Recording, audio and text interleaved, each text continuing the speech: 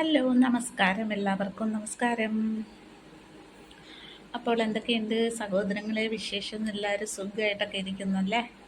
അപ്പം ഞാൻ സുഖമായിട്ടൊക്കെ ഇരിക്കുന്നു, കുഴപ്പമൊന്നുമില്ല. ദൈവത്തിൻ്റെ കൃപയാലെ സുഖം, നന്നായിട്ടിരിക്കുന്നു. അപ്പോൾ നിങ്ങൾ സുഖമായിട്ടിരിക്കണമെന്ന് ഞാൻ വിശ്വസിക്കുന്നു കേട്ടോ. അപ്പോൾ ഒരു കാര്യം പറയാൻ വന്നതാണേ. എന്താണെന്ന് വെച്ചാലേ, ഇന്നത്തെ എൻ്റെ സബ്ജക്റ്റ്, ഞാനൊരു ദൈവവിശ്വാസിയാണ്. എന്നുവെച്ചാൽ അമിതമായിട്ടൊന്നും ഉള്ള വിശ്വാസമൊന്നും നമുക്കില്ല. അത്യാവശ്യം സാധാരണ ഒരു മനുഷ്യരുടെ വിശ്വാസം, അങ്ങനെ പറയാം. സാധാരണ ഒരു മനുഷ്യർക്കുള്ള ഒരു വിശ്വാസം, അത്രേ ഉള്ളൂ. അല്ല, അമിത വിശ്വാസങ്ങളൊന്നും എനിക്കില്ല. അപ്പം ഞാനും ഒരു വിശ്വാസിയായിരുന്നു. ഒരു വിശ്വാസി എന്ന് പറഞ്ഞാൽ എനിക്ക് എന്താ പറയണ, എനിക്ക് അമിത വിശ്വാസമൊന്നുമല്ല, സാധാരണ ഒരു മനുഷ്യരുടെ വിശ്വാസമായിരുന്നു എനിക്ക്. അപ്പം ഞാനൊരു വീട്ടിൽ ഇതുപോലെ പോയപ്പോഴത്തേന് അവിടുത്തെ അമ്മച്ചി, ആ അമ്മച്ചി പറഞ്ഞ് എന്നെ ബ്രെയിൻ വാഷ് ചെയ്ത് എന്നെ ഈ വിശ്വാസത്തിൽ കൊണ്ടുവന്നു. എന്നിട്ട് പുള്ളിക്കാരത്ത് എവിടെ ഒരു പ്രാർത്ഥനയുണ്ടോ, എവിടെ ഒരു പാസ്റ്റർമാർ വരുമോ, അവിടെ എല്ലാം നമ്മളെ പറഞ്ഞേക്കും. നമ്മൾ ഒരു 10 പ്രാവശ്യം പറയുമ്പോൾ ഒരു പ്രാവശ്യമെങ്കിലും നമ്മൾ അത് വിശ്വസിക്കത്തില്ലേ, ഏത് മനുഷ്യരായാലും. അങ്ങനെ പുള്ളിക്കാരത്തി പറഞ്ഞ് ഓരോ ബൈബിളാണെങ്കിൽ പുള്ളിക്കാരത്തി താത്തു വെക്കാത്ത ഒരാളാണ്. ഏത് സമയം ബൈബിളിലെ വചനങ്ങളും പറഞ്ഞ്, പിന്നെ ടി വിയിലുള്ള സകല പ്രസംഗങ്ങളും പ്രാർത്ഥനകളും ശാലവും അതും ഇതും എല്ലാം മാറി വെച്ച് ഈ പാസ്റ്റർമാരുടെ പ്രസംഗങ്ങളും അല്ലാത്തവരുടെ പ്രസംഗങ്ങളും മൊത്തവും കേൾക്കലാണ് പുള്ളിക്കാരത്തിയുടെ പണി. അത് അപ്പച്ചൻ പുള്ളിൻ്റെ ഭർത്താവ് അവിടെ ഉള്ളപ്പോൾ പുള്ളിക്കാരത്തി കേൾക്കത്തില്ല. അത് പുള്ളിക്കാരത്തിക്ക് പേടിയാണ്, അപ്പച്ചന് ഇഷ്ടമല്ല. അന്നേരം ഈ പ്രാർത്ഥനയൊക്കെ നടക്കുമ്പോഴും പാസ്റ്റർമാർ ഓരോ കാര്യങ്ങളൊക്കെ പറയുമ്പോഴും എന്നെയും വിളിച്ച് ഇത് കാണുക, ഇത് കേൾക്ക് എന്ന് പറയും. അപ്പം ഞാനും, നമുക്കറിയത്തില്ലല്ലോ, ആദ്യമായിട്ട് ഇങ്ങനെ കേൾക്കുകയല്ലേ നമ്മൾ. അല്ല, ആദ്യമായിട്ട് കേൾക്കല്ലേ, നമ്മൾ ഇങ്ങനെ കേൾക്കണമെങ്കിൽ നമ്മളിതൊന്നും ശ്രദ്ധിക്കണില്ലല്ലോ. ഈ പ്രസംഗങ്ങളോ കാര്യങ്ങളോ ഒന്നും നമ്മളങ്ങനെ ശ്രദ്ധിക്കണില്ല. അങ്ങനെ ഈ അമ്മച്ചിയാണെങ്കിൽ അവർ പ്രാർത്ഥിക്കുമ്പോഴത്തേന് അവർ പറയും, ടി വിയുടെ മുമ്പിൽ വന്ന് കൈ നീട്ട്, എല്ലാവരും ടി വിയുടെ അടുത്തോട്ട് വന്ന് കൈ നീട്ട്, അല്ലെങ്കിൽ ഇപ്പോൾ കണ്ടുകൊണ്ടിരിക്കുന്ന എല്ലാവരും കണ്ണടച്ച് പ്രാർത്ഥിക്ക് എന്ന് പറയും. അല്ലെങ്കിൽ അങ്ങനെ വെച്ച് പ്രാർത്ഥിക്കും, ഇങ്ങനെ വെച്ച് പ്രാർത്ഥിക്കും എന്ന് പറയുമ്പോൾ പുള്ളിക്കാരത്തെ അതുപോലെ എന്നെയൊക്കെ കൊണ്ട് ഞാനും പോയി നിന്നിട്ടുണ്ട്.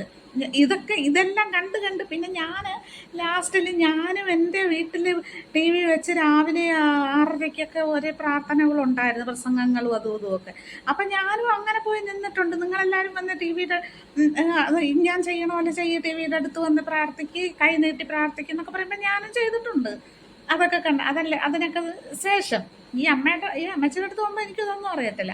അങ്ങനെ അമ്മച്ചി ഓരോന്ന് പറഞ്ഞ് എന്നെ ബ്രെയിൻ വാഷ് ചെയ്ത് എടുത്തെന്തായാലും എന്നെ അതിലേക്ക് കൊണ്ടുവന്നു.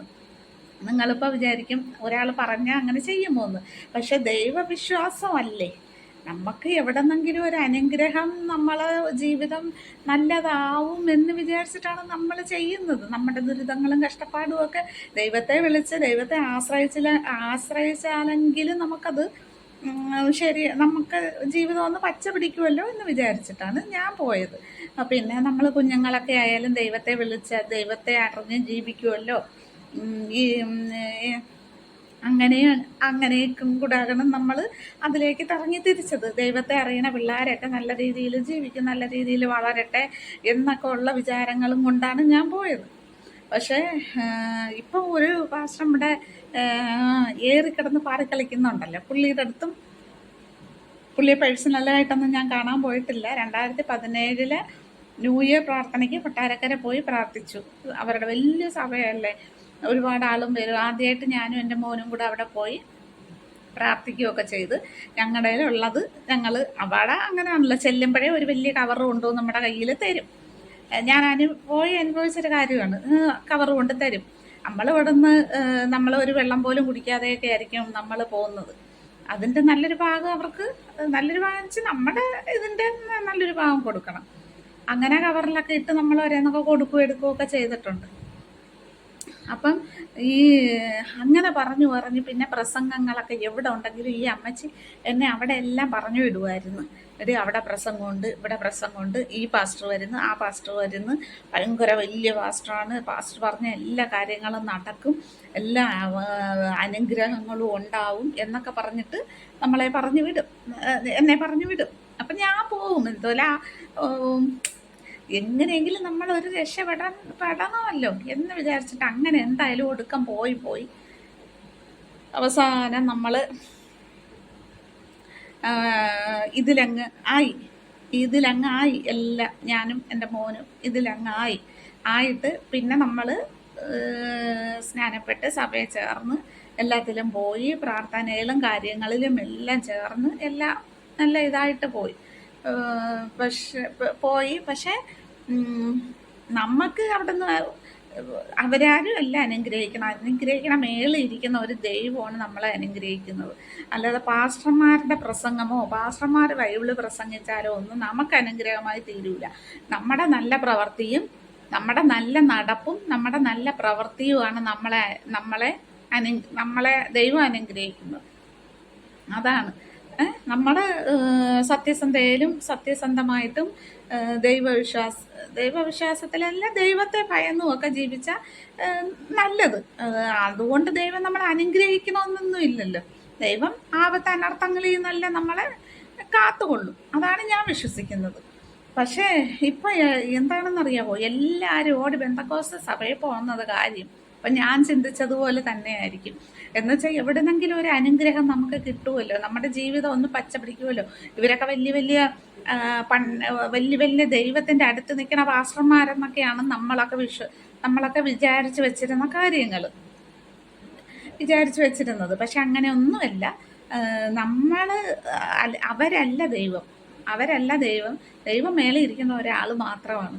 ഇവർ പറഞ്ഞിട്ടൊന്നും അല്ല ദൈവം നമ്മളെ അനുഗ്രഹിക്കണം. പിന്നെ ഞങ്ങൾ സഭയിൽ ചേർന്ന് എല്ലാ ഇതായി എന്നെ അനുഗ്രഹിക്കാത്ത ഞങ്ങളുടെ സഭയിലെ മെയിൻ പാസ്റ്ററായ പുള്ളി പറഞ്ഞതാണ്, എന്നെ മോനെ ദൈവം അനുഗ്രഹിക്കാതെ ഞാൻ പറഞ്ഞില്ലേ, നമ്മൾ ഈ തൊഴിലും കൊണ്ട് നടക്കുന്നു ആളാണ്.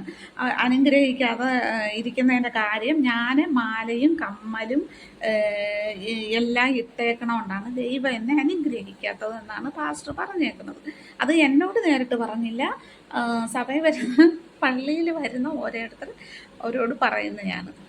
ഞങ്ങൾ പിന്നാണ് ഇതൊക്കെ അറിഞ്ഞത്, സഭയിൽ നിന്നൊക്കെ മാറിക്കഴിഞ്ഞാണ് ഞങ്ങളിത് അറിയുന്നത്.